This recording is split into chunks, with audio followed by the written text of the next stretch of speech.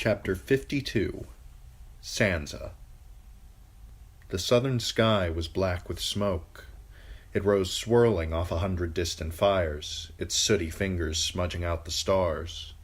Across the Blackwater Rush, a line of flame burned brightly from horizon to horizon, while on this side the imp had fired the whole riverfront. Docks and warehouses, homes and brothels, everything outside the city walls. Even in the Red Keep the air tasted of ashes. When Sansa found Sir Dantos in the quiet of the Godswood, he asked if she'd been crying. "It's only from the smoke," she lied. "It looks as though half the Kingswood is burning." "Lord Stannis wants to smoke out the imp's savages." Dantos swayed as he spoke, one hand on the trunk of a chestnut tree. A wine stain discolored the red and yellow motley of his tunic. "They kill his scouts and raid his baggage train, and the wildlings have been lighting fires too. The imp told the queen that Stannis had better train his horses to eat ash, since he would find no blade of grass. I heard him say so. I hear all sorts of things as a fool that I never heard when I was a knight. They talk as though I'm not here, and—" He leaned close, breathing his whiny breath right in her face. "The spider pays in gold for any little trifle. I think Moonboy has been his for years." "He is drunk again. My poor Florian, he names himself, and so he is. But he's all I have." "Is it true Lord Stannis burned the Godswood at Storm's End?" Dantos nodded. "He made a great pyre of the trees as an offering to his new god. The Red Priestess made him do it. They say she rules him now, body and soul. He's vowed to burn the great sept of Baelor, too, if he takes the city." Let him. When Sansa had first beheld the great sept, with its marble walls and 7 crystal towers, she'd thought it was the most beautiful building in the world. But that had been before Joffrey beheaded her father on its steps. "I want it burned." "Hush, child! The gods will hear you." "Why should they? They never hear my prayers." "Yes, they do. They sent me to you, didn't they?" Sansa picked at the bark of a tree. She felt lightheaded, almost feverish. "They sent you, but what good have you done? You promised you would take me home, but I'm still here." Dantos patted her arm. "I've spoken to a certain man I know, a good friend to me.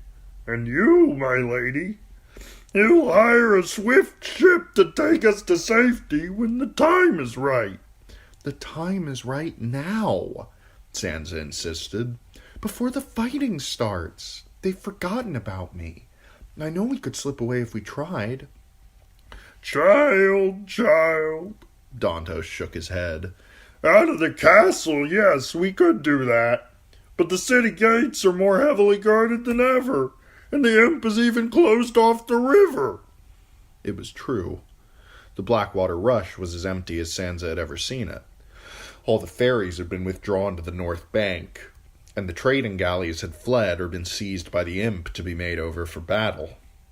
The only ships to be seen were the king's war galleys. They rode endlessly up and down, staying to the deep water in the middle of the river and exchanging flights of arrows with Stannis' archers on the south shore. Lord Stannis himself was still on the march, but his vanguard had appeared 2 nights ago during the black of the moon. King's Landing had woken to the sight of their tents and banners. They were 5,000, Sansa had heard, near as many as all the gold cloaks in the city. They flew the red or green apples of House Fossaway, the turtle of Estermont, and the fox and flowers of Florent, and their commander was Sir Geard Morrigan, a famous Southron knight whom men now called Geard the Green. His standard showed a crow in flight, its black wings spread wide across a storm-green sky, but it was the pale yellow banners that worried the city.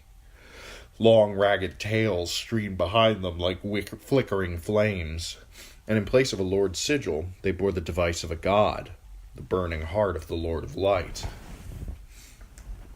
"When Stannis comes, he'll have 10 times as many men as Joffrey does. Everyone says so." Dantos squeezed her shoulder. "The size of his host does not matter, sweetling. So long as they are on the wrong side of the river, Stannis cannot cross without ships. He has ships, more than Joffrey. It's a long sail from Storm's End. The fleet will need to come up Massey's Hook and through the Gullet and across Blackwater Bay. Perhaps the good gods will send a storm to sweep them from the seas. Dantos gave a hopeful smile. It is not easy for you, I know. You must be patient, child. When my friend returns to the city, we shall have our ship. Have faith in your Florian, and try not to be afraid. Sansa dug her nails into her hand. She could feel the fear in her tummy, twisting and pinching worse every day. Nightmares of the day Princess Myrcella had sailed still troubled her sleep. Dark, suffocating dreams that woke her in the black of night, struggling for breath. She could hear the people screaming at her, screaming without words, like animals. They had hemmed her in and thrown filth at her and tried to pull her off her horse, and would have done worse if the hound had not cut his way to her side. They had torn the High Septon to pieces and smashed in Sir Aaron's head with a rock. "Try not to be afraid," he said. The whole city was afraid. Sansa could see it from the castle walls. The small folk were hiding themselves behind closed shutters and barred doors as if that would keep them safe. The last time King's Landing had fallen, the Lannisters looted and raped as they pleased, and put hundreds to the sword, even though the city had opened its gates. This time, the imp meant to fight, and a city that fought could expect no mercy at all. Dantos was prattling on. If I were still a knight, I should have to put on armor and man the walls with the rest. I ought to kiss King Joffrey's feet and thank him sweetly. If you thanked him for making you a fool, he'd make you a knight again, Sansa said sharply. Dantos chuckled. My Jonquil's a clever girl, isn't she? Joffrey and his mother say I'm stupid. Let them. You're safer that way, sweetling. Queen Cersei and the imp and Lord Varys and their like, they'll watch each other keen as hawks, and pay this one and that one to spy out what the others are doing. But no one ever troubles themselves about Lady Tanda's daughter, do they? Dantos covered his mouth to stifle a burp. God preserve you, my little Jonquil. He was growing weepy. The wine did that to him. Give your Florian a little kiss now. A kiss for luck. He swayed toward her. Sansa dodged the wet, groping lips, kissed him lightly on an unshaven cheek, and bid him good night. It took all her strength not to weep. She had been weeping too much of late. It was unseemly, she knew, but she could not seem to help herself. The tears would come, sometimes over a trifle, and nothing she did could hold them back. The drawbridge to Maegor's Holdfast was unguarded. The imp had moved most of the gold cloaks to the city walls, and the White Knights of the Kingsguard had duties more important than dogging her heels. Sansa could go where she would, so long as she did not try to leave the castle, but there was nowhere she wanted to go. She crossed over the dry moat with its cruel iron spikes and made her way up the narrow turnpike stair. But when she reached the door of her bedchamber, she could not bear to enter. The very walls of the room made her feel trapped. Even with the window opened wide, it felt as though there were no air to breathe. Turning back to the stair, Sansa climbed. The smoke blotted out the stars and the thin crescent of moon, so the roof was dark and thick with shadows. Yet from here she could see everything. The Red Keep's tall towers and great corner forts, the maze of city streets beyond, to south and west the river running black, the bay to the east, the columns of smoke and cinders, and fires everywhere. Soldiers crawled over the city walls like ants with torches, and crowded the hoardings that had sprouted from the ramparts. Down by the mud gate, outlined against the drifting smoke, she could make out the vague shapes of the 3 large catapults, the biggest anyone had ever seen, overtopping the walls by a good 20 feet. Yet none of it made her feel less fearful. A stab went through her, so sharp that Sansa sobbed and clutched at her belly. She might have fallen, but a shadow moved suddenly, and strong fingers grabbed her arm and steadied her. She grabbed a merlin for support, her fingers scrabbling at the rough stones. "Let go of me!" she cried. "Let go!" The little bird thinks she has wings, does she? Or do you mean to end up crippled like that brother of yours? Sansa twisted in his grasp. "I wasn't going to fall. It was only... You startled me, that's all." You mean I scared you, and still do? She took a deep breath to calm herself. "I thought I was alone. She glanced away. The little bird still can't bear to look at me, can she? The hound released her. You were glad enough to see my face when the mob had you, though, remember? Sansa remembered all too well. She remembered the way they had howled, the feel of the blood running down her cheek from where the stone had struck her, and the garlic stink on the breath of the man who had tried to pull her from her horse. She could still feel the cruel pinch of fingers on her wrist as she lost her balance and began to fall. She thought she was going to die then, but the fingers had twitched, all 5 at once, and the man had shrieked loud as a horse. When his hand fell away, another hand, stronger, shoved her back into her saddle. The man with the garlicky breath was on the ground, blood pumping out of the stump of his arm. But there were others all around, some with clubs in hand. The hound leapt at them, his sword a blur of steel that trailed a red mist as it swung. When they broke and ran before him, he had laughed, his terrible burned face for a moment transformed. She made herself look at that face now, really look. It was only courteous, and a lady must never forget her courtesies. The scars are not the worst part, nor even the way his mouth twitches. It's his eyes. She had never seen eyes so full of anger. I should have come to you after, she said haltingly, to thank you for saving me. You were so brave. Brave?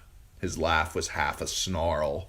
A dog doesn't need courage to chase off rats. They had me 30 to 1, and not a man of them dared face me. She hated the way he talked, always so harsh and angry. Does it give you joy to scare people? No, it gives me joy to kill people. His mouth twitched. Wrinkle up your face all you like, but spare me this false piety. You were a high lord's get. Don't tell me Lord Eddard Stark of Winterfell never killed a man. That was his duty. He never liked it. Is that what he told you? Clegane laughed again. Your father lied. Killing is the sweetest thing there is. He drew his long sword. Here's your truth. Your precious father found that out on Baelor's steps. Lord of Winterfell, Hand of the King, Warden of the North, the mighty Eddard Stark of a line 8,000 years old.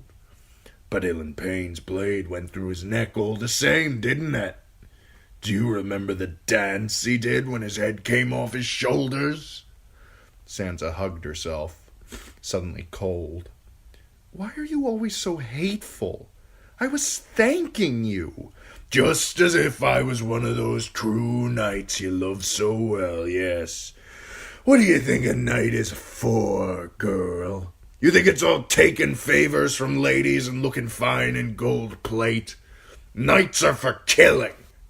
He laid the edge of his long sword against her neck, just under her ear. Sansa could feel the sharpness of the steel. I killed my first man at 12. I've lost count of how many I've killed since then. High lords with old names, fat-rich men dressed in velvet, knights puffed up like bladders with their honors, yes. And women and children, too. They're all meat, and I'm the butcher. Let them have their lands and their gods and their gold. Let them have their sirs. Sandor Clegane spat at her feet to show what he thought of that. So long as I have this, he said, lifting the sword from her throat.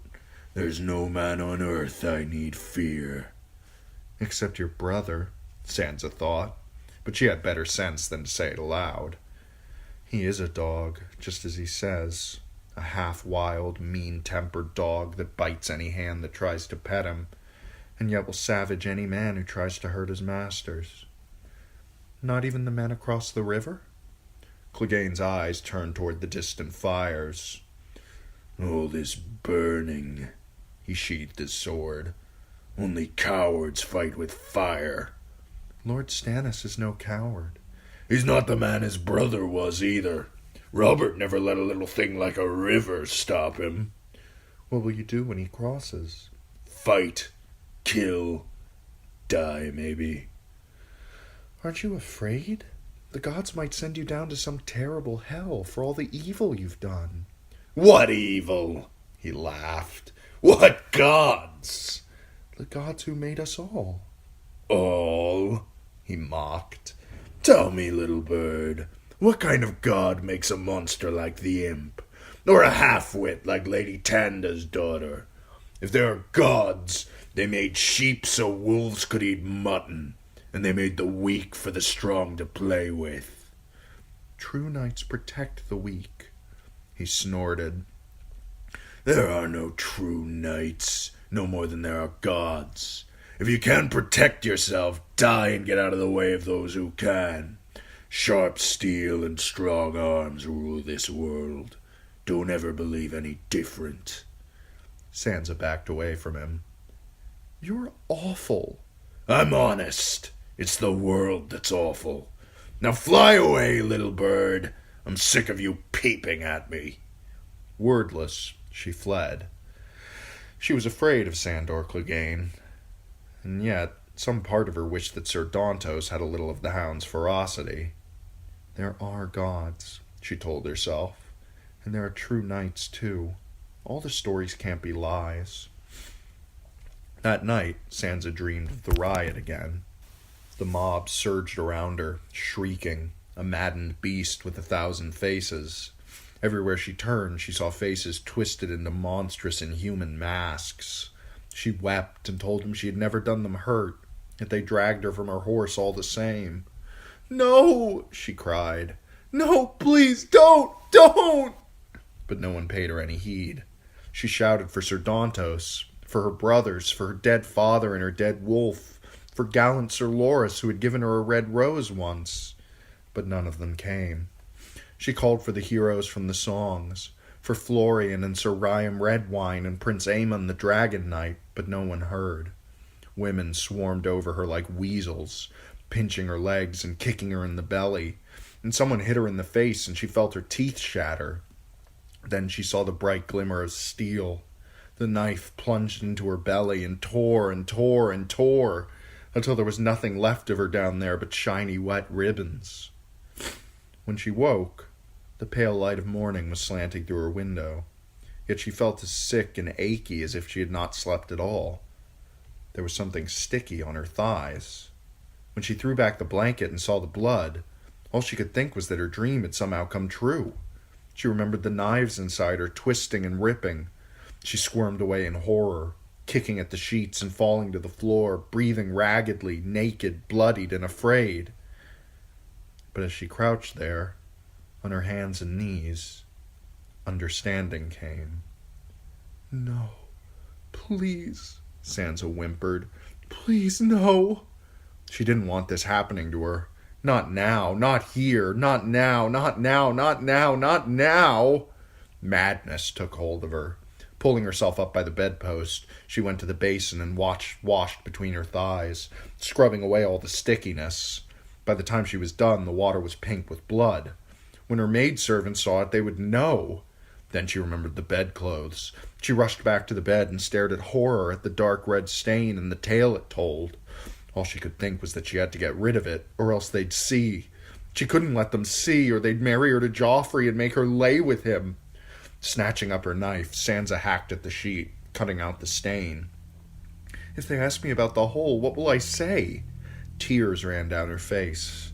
She pulled the torn sheet from the bed, and the stained blanket as well. "I'll have to burn them." She balled up the evidence, stuffed it in the fireplace, drenched it in oil from her bedside lamp, and lit it afire. Then she realized that the blood had soaked through the sheet into the feather bed, so she bundled that up as well. But it was big and cumbersome, hard to move. Sansa could only get half of it into the fire.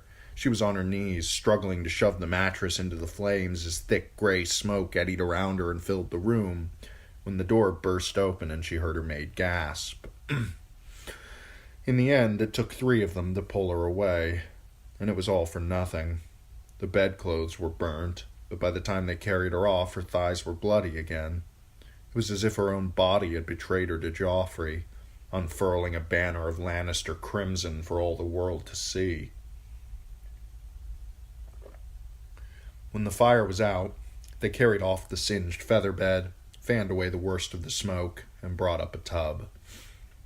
Women came and went, muttering and looking at her strangely. They filled the tub with scalding hot water, bathed her and washed her hair, and gave her a cloth to wear between her legs.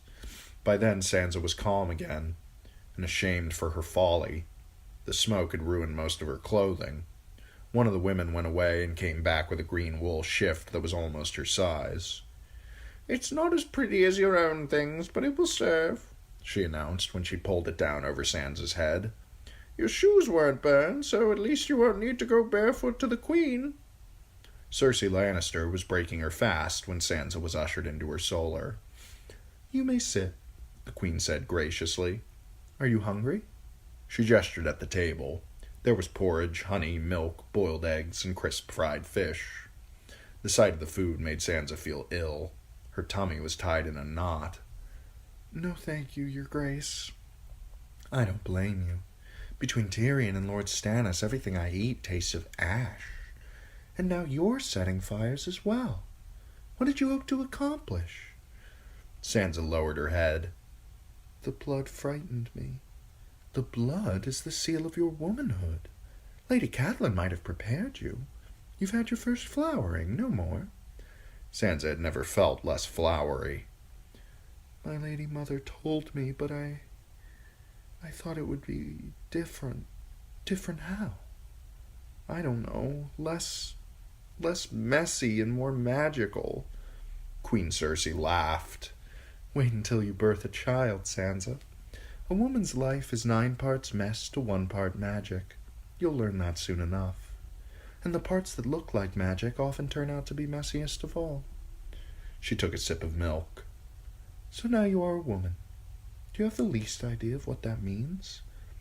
"It means that I am now fit to be wedded and bedded," said Sansa, "and to bear children for the king." The Queen gave a wry smile. "A prospect that no longer entices you as it once did. I can see. I'll not fault you for that. Joffrey has always been difficult. Even his birth. I labored a day and a half to bring him forth. You cannot imagine the pain, Sansa. I screamed so loudly that I fancied Robert might hear me in the Kingswood. His Grace was not with you? Robert? Robert was hunting. That was his custom. Whenever my time was near, my royal husband would flee to the trees with his huntsmen and hounds. When he returned, he would present me with some pelts or a stag's head, and I would present him with a baby. Not that I wanted him to stay, mind you. I had Grand Maester Pycelle and an army of midwives, and I had my brother.